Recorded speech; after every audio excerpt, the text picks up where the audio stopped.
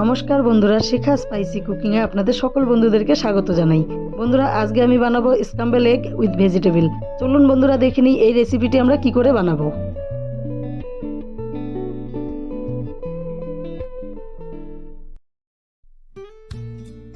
বন্ধুরা, এখানে আমি একটা পাত্রে 6খানা ডিম নিয়েছি আর নিয়েছি টমেটো, ক্যাপসিকাম আর পেঁয়াজ।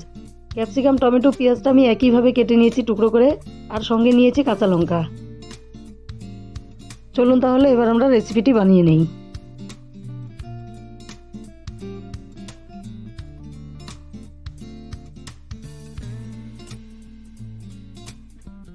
বন্ধুরা, উনুনে একটা প্যান বসিয়ে প্যানটাকে গরম করে নিয়ে তাতে আমি দিয়ে দিচ্ছি রিফাইন্ড অয়েল।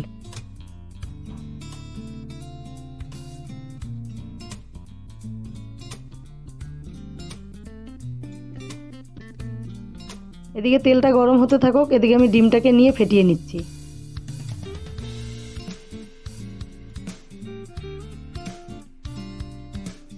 বন্ধুরা, এখানে ডিমটা ফেটানোর সময় আমি হলুদ লবণ ব্যবহার করছি না, শুধু ডিমটাকেই ফেটিয়ে নিচ্ছি।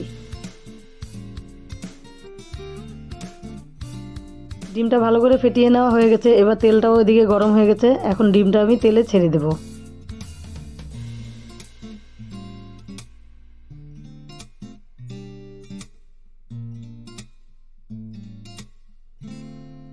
তাওয়াতে ডিমটা দিয়ে দিলাম, এবার একটা খুন্তি দিয়ে ভালো করে নেড়েচেড়ে ভেজে নেব।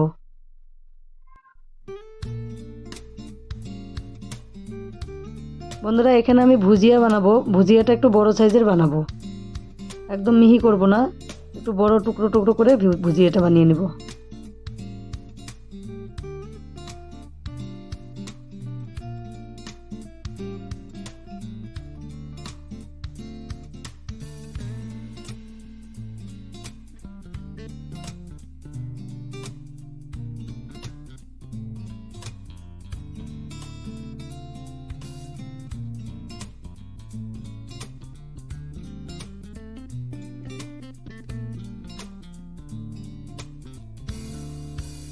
বন্ধুরা, ডিমের ভুজিয়াটা বানানো কমপ্লিট। এবার আমরা একটা পাত্রে ঢেলে নেব,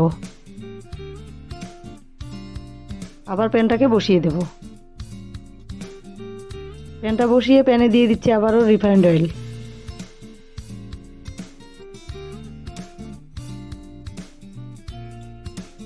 তেলটা গরম হয়ে গেছে, এবার আমরা পেঁয়াজের টুকরোগুলো দিয়ে দেব।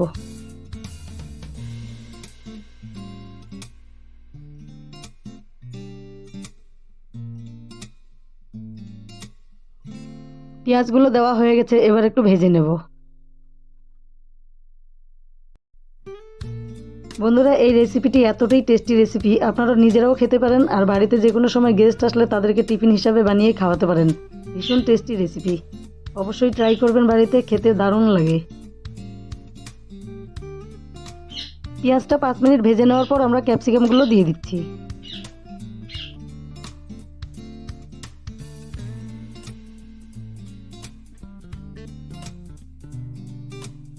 এখন পেঁয়াজের সঙ্গে ক্যাপসিকামটাকে 2 মিনিট ভেজে নেব।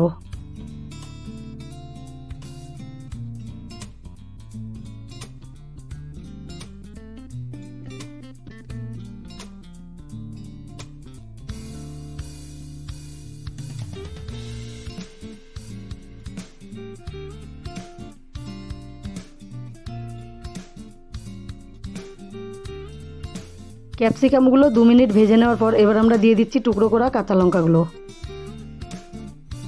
এখানে ঝালটাকে যে যার নিজের ইচ্ছে মতন দিবেন, তবে এই জিনিসটাতে একটু ঝালটা বেশি হলে ভালো লাগে। স্পাইসি টাইপের জিনিস তো খেতে খুবই টেস্টি হয়, তবুও আপনারা ঝালটাকে নিজের ইচ্ছে মতন দেবেন। এবার এর সঙ্গে দিয়ে দিব টুকরো করা টমেটো। টমেটোগুলো দেওয়া হয়ে গেছে, এবার একটু নেড়ে চেড়ে নেব।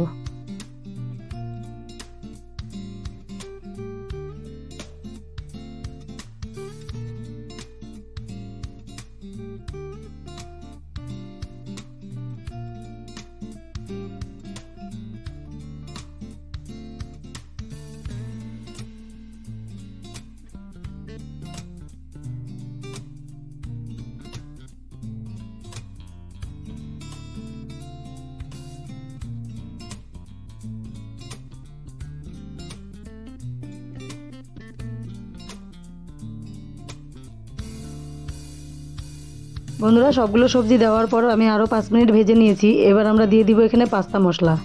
একে একে আমি সবগুলো মশলা দিতে থাকবো, আপনারা দেখতে থাকুন।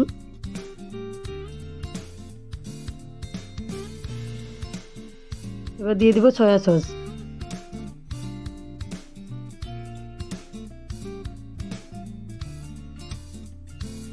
এবার এর সঙ্গে টমেটোর সসটাও দিয়ে দেব।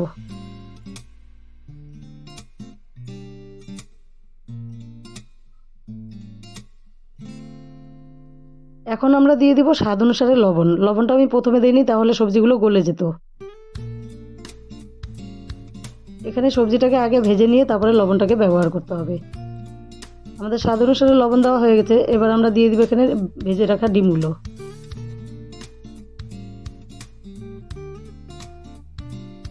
এবার সব মশলার সঙ্গে সব কিছু ভালো করে মিশিয়ে ভেজে নেব।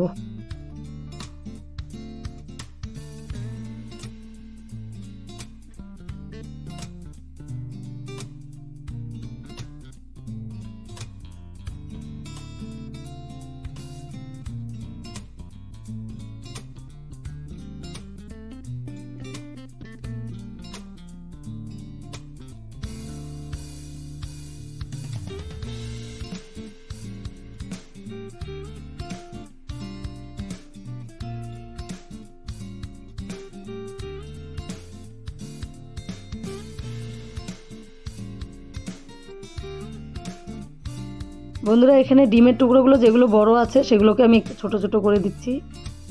তবে এখানে বড় ডিমের টুকরোগুলোই দেখতেও ভালো লাগে আর খেতেও ভালো লাগবে।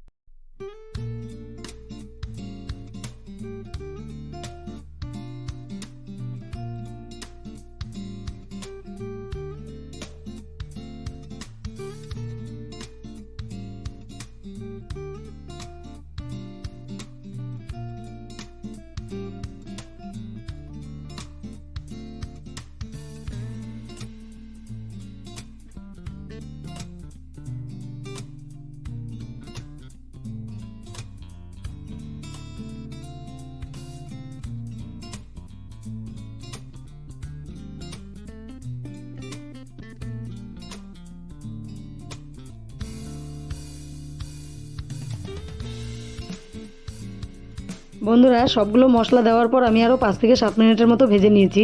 গ্যাসের ফ্লেমটাকে অবশ্যই লো করে নিয়ে ভেজেছি। আর এবার আমাদের রেসিপিটি বানানো কমপ্লিট।